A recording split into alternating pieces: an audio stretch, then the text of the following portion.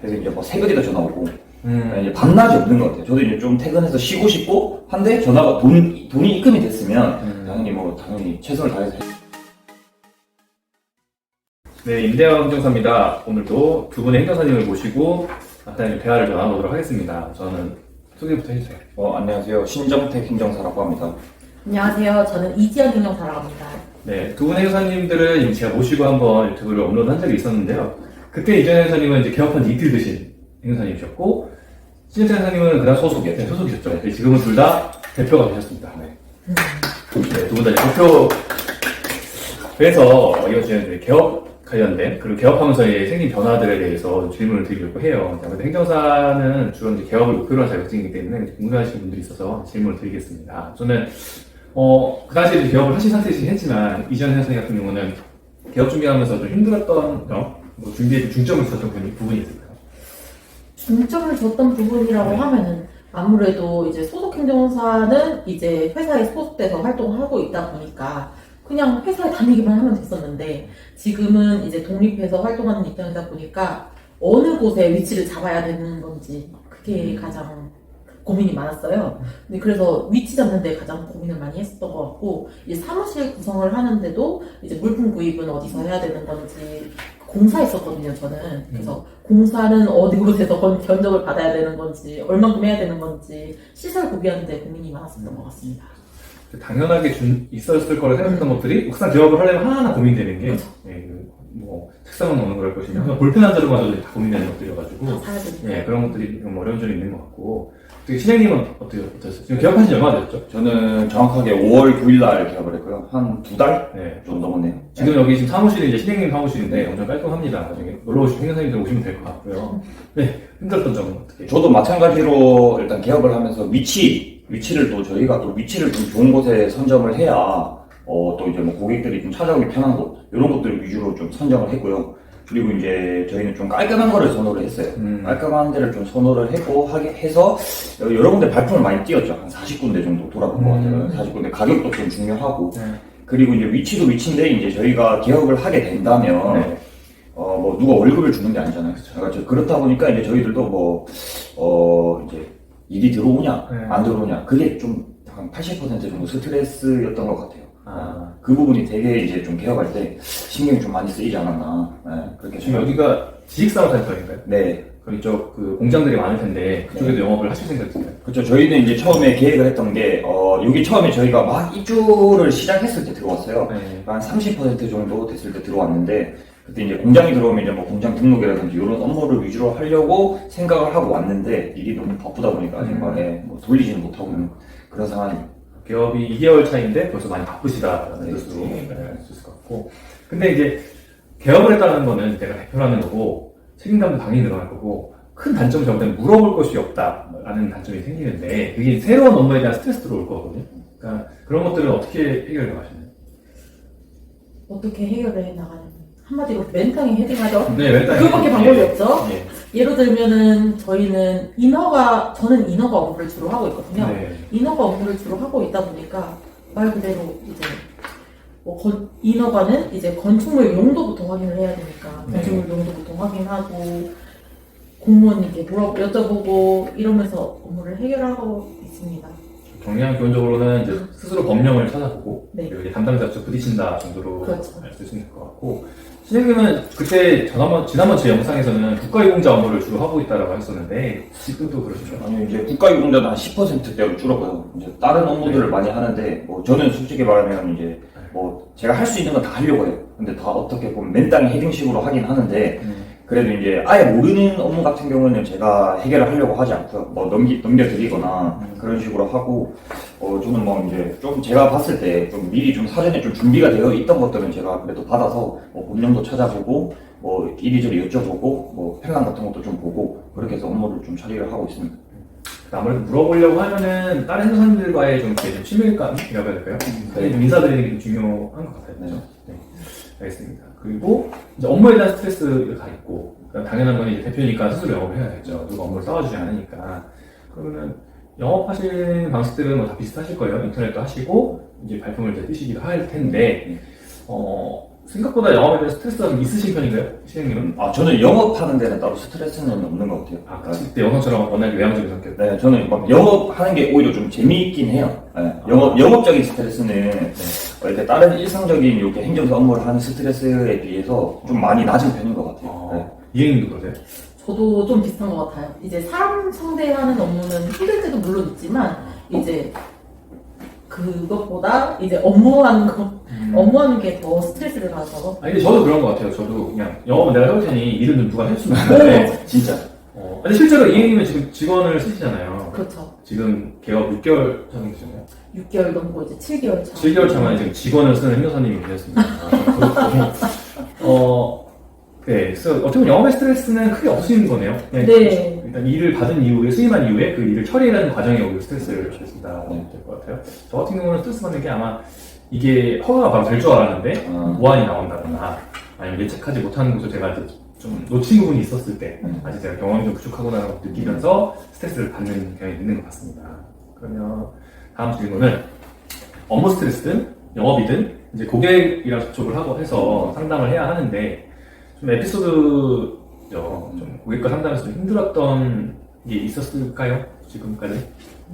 신행님은 있었어요? 저는 이제 어떤 업무라고는 이제 말씀을 못 드리겠는데, 네. 일단 저는 원래 이제 뭐 돈을 먼저 입금을 받고 좀 일을 처리를 그쵸, 하는, 착수금. 네, 그렇게 처리를 하는데, 이제 제가 설명을 드리죠, 항상. 뭐 이제 계약서도 쓰고, 거기에 대해서 이제 입금을 먼저 해주세요. 라고 했는데도, 돈을 안 주시고, 네. 계속 이제 저를 이용해 먹으려고 하는 것처럼, 네. 그래서 이제 뭐 새벽에도 전화 오고, 이제 밤낮이 없는 것 같아요. 저도 이제 좀 퇴근해서 쉬고 싶고, 한데 전화가 돈이 입금이 됐으면, 당연히 최선을 다해서 해드려야 되지만, 돈이 입금도 안 된 상태에서 새벽마다 전화 와서 막 이런 업무, 저런 거 뭐 어떻게 하고, 그리고 이제 행정사 업무가 아닌 것까지 다 그걸 또 여쭤보니까, 맞습니다. 그게 좀 스트레스였죠. 네. 결국에는 돈을 못 받았죠. 네, 결국에는 돈을 못 받았죠. 네. 그렇게 화가 나기도 하고, 그렇죠. 상담이 진짜 시도 때도 없이 있는 것 같아요. 저도 나름대로의 이제 기준을 정해놓고 있거든요. 이 시간 이후에는 전화가 받지 않는다는 기준을 정해놓고 있는데, 또 그게 막상 어렵습니다. 이게 이미 상담을 하시는 분이 수임해주신 분은 전화를 너무 안 받기도 좀 그렇고, 그리고 아예 모르는 전화는 또 안 받으면 괜히 또 아쉬워서, 혹시 이게 수임이 됐던 전화가 아니었을까라는 아쉬움이 있어가지고, 그런 부분에서 좀 스트레스가 있는 것 같은데, 이행님은 그러면은 그 전화 받는 시간을 나름대로 기준을 갖고 계신가요? 저는 가지고 있습니다. 저는 연락이 저녁 시간 이후에 와도 받긴 받는데요. 이제 9시 이후에 보는 거는 웬만하면 받지 않는 식으로. 이행님은 핸드폰 2개 쓰세요? 2개죠. 아, 2개 갖고 계시네요. 저는 아직 폰을 1개 쓰고 있는데. 저도 하나. 네. 성격상 2개 너무 귀찮아서 안 쓰는데. 네. 근데 저는 모르겠습니다. 주말 같은 것도 참 이게 받을까 말까 고민하는 게 되는 경우들이 있는데, 저는 이렇게 개인적으로는 이미 저한테 수임을 해주신 분 전화는 늦어도 받는 편이고, 아예 근데 모르는 전화번호는 기준을 가지고 있는, 왜냐면 그게 기준이 없다 보면 오히려 제가 더 지칠 것 같아서 기준을 좀 정해놓고 있는 편이고, 대표라고 한다면 그때 저희 영상에 그랬잖아요. 장단점은 시간이 자유롭다라는 건데, 그래도 어느 정도의 기준은 내가 정하고 있어야 된다고 생각을 하거든요. 이행님은 출근 시간은 보통 출근 시간은 아무래도 조금씩 편차가 있는 편이긴 하지만 거의 9시에서 10시 사이는 지키려고 노력합니다. 9시, 10시. 네, 너무 늦게 퇴근하고 그러면 다음날 또 생활에 지장이 생기더라고요. 활동하는데. 그래서 이제 일정한 시간 맞춰서 업무 진행하려고 하고 있습니다. 시장님은 출근 시간? 저도 한 9시에서 10시 정도. 네, 항상 좀 그렇게 맞추는데, 이게 전날에 야근하고 퇴근하니까 이제 못 맞출 때도 있죠. 막 11시에 올 때도 있고. 그래도 이제 막 미팅 같은 게 있으면, 오늘도 저희가 7시에 일어나서 저기 안산까지 갔다 왔는데, 그러다 보니까 이게 좀 들쑥날쑥 하는 것 같아요. 근데 보통은 저는 이제 9시에서 10시 정도. 네, 그 기준을 좀 맞추고 있습니다. 근데 사실은 이것만 봐도 그 대표의 장점인 것 같아요. 누가 출근 시간 얘기할 때 9시부터 10시 정도면 출근해요라는 말을 몇 시입니다 라고 말하지, 몇 시 정도면 출근합니다라는 말은 없잖아요. 원래 직장인들에게는. 그래서 역시 두 분이 대표라는 좀 실감할 수 있는 답변이 아니었나 싶고, 퇴근 시간은 뭐 당연히 그날 업무량에 따라 다르고, 시장님은 요즘 야간 되게 많이 하시죠? 그렇죠. 저는 이제 그러니까 언제 이렇게 시간이 됐지 할 정도로 그런 때도 있고, 막 이렇게 좀 한가할 때도 있고. 보통은 저번 주는 10시 계속 저녁 10시 넘어서 퇴근한 것 같아요. 저는 이게 의도한 건 아닌데 이상하게 온 것 같은 게, 일이 좀 균등하게 들어왔으면 좋겠는데, 참가할 때는 조금 불안할 정도로 안 들었다. 안 들었다. 막상 또 그 다음날 막 몰아서 일이 들어와가지고 이제 좀 이게 허덕이다가 지금 이게 아무래도 좀 조율하기는 힘든 거예요. 스스로 조율할 수 있는 분이 아니다 보니까 좀 그런 부분이 있는 것 같고요. 그리고 저 같은 경우는 행정사를 하면서 굉장히 재밌다. 행정사라는 게 재밌다고 느끼는 게 이제 다른 자격사분들과 일을 하는 경우 다른 자격사님들과의 관계에서 굉장히 재미를 느끼는데 어떻게 뭐 다른 자격사분들이랑 협업을 하시는 경우 있으시죠, 좀 다? 간혹 있죠. 주로 어떤 자격사분이랑 업무를 많이 하게 되세요? 아무래도 저는 인허가 업무를 위주로 진행을 하다 보니까 법무사님이랑 업무를 하실 때가 종종 있어요.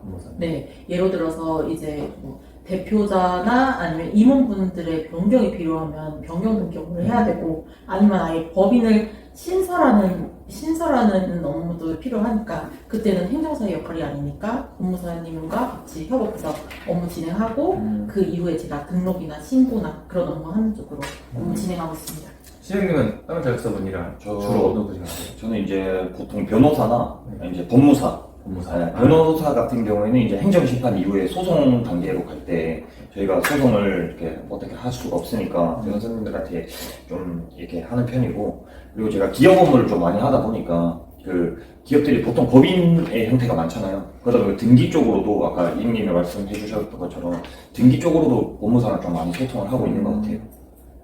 저도 법무사님이 필요한 경우가 많은 것 같습니다. 그래서 이걸 보시는 행정사님들은 법무사님들과 친하게 지내시면은 많이 좋지 않을까. 좋을 것 같아요. 네. 그 다음은 제 생각에는 세무사님들이랑 많이 알면 좋지 않을까. 네. 법무사, 세무사님들은 꼭 한 분씩은 좀 유대관계를 가질 필요가 있다고 저는 생각을 합니다. 각 자격사별로 한 번씩 다 알고 있으면 뭐 안 좋을 건 없으니까 그렇죠. 다 친하게 지내면 좋죠. 특히 두 자격사님들은 꼭 붙잡으시길 바랍니다. 네. 그래서 이 정도면은 이제 개업에 관련된 이야기를 좀 간단하게 드린 것 같고, 끝으로 2차 시험이 얼마 남지 않은 걸로 알고 있는데 이제 10회잖아요. 네. 행정사 자격의 시험도 이제 2자릿수가 됐습니다. 그래서 시험 보시는 분들을 위해서 시행부터 짧게 한마디 해주고 끝내도록 하겠습니다. 지금이 7월 달이니까 이제는 조금 시간 배분을 좀 잘 하셔가지고 시험 준비를 잘 하셔서 꼭 한영회나 이렇게 실무에서 뵀으면 좋겠습니다. 화이팅입니다. 저도 이제 시험이 얼마 남지 않아서 지금부터는 본격적으로 실전 연습, 이제 이렇게 쓰는 연습. 쓰는 연습 해야 되실 것 같고요. 시험이 얼마 안 남았지만 열심히 유종님이 달성하셔서 이제 실물이 아니고 뭐라고 해야 되죠? 실전. 실전. 네, 실전. 네, 필드에서 배웠으면 좋겠습니다. 아. 네. 행정사 이렇게 간단하게 말씀드리면 정말 괜찮은 자격증입니다. 그 활용하기에 따라 정말 후회 없는 자격증이니까 마지막까지 열심히 하셔서 필드에서 배웠으면 좋겠습니다. 감사합니다. 감사합니다. 감사합니다.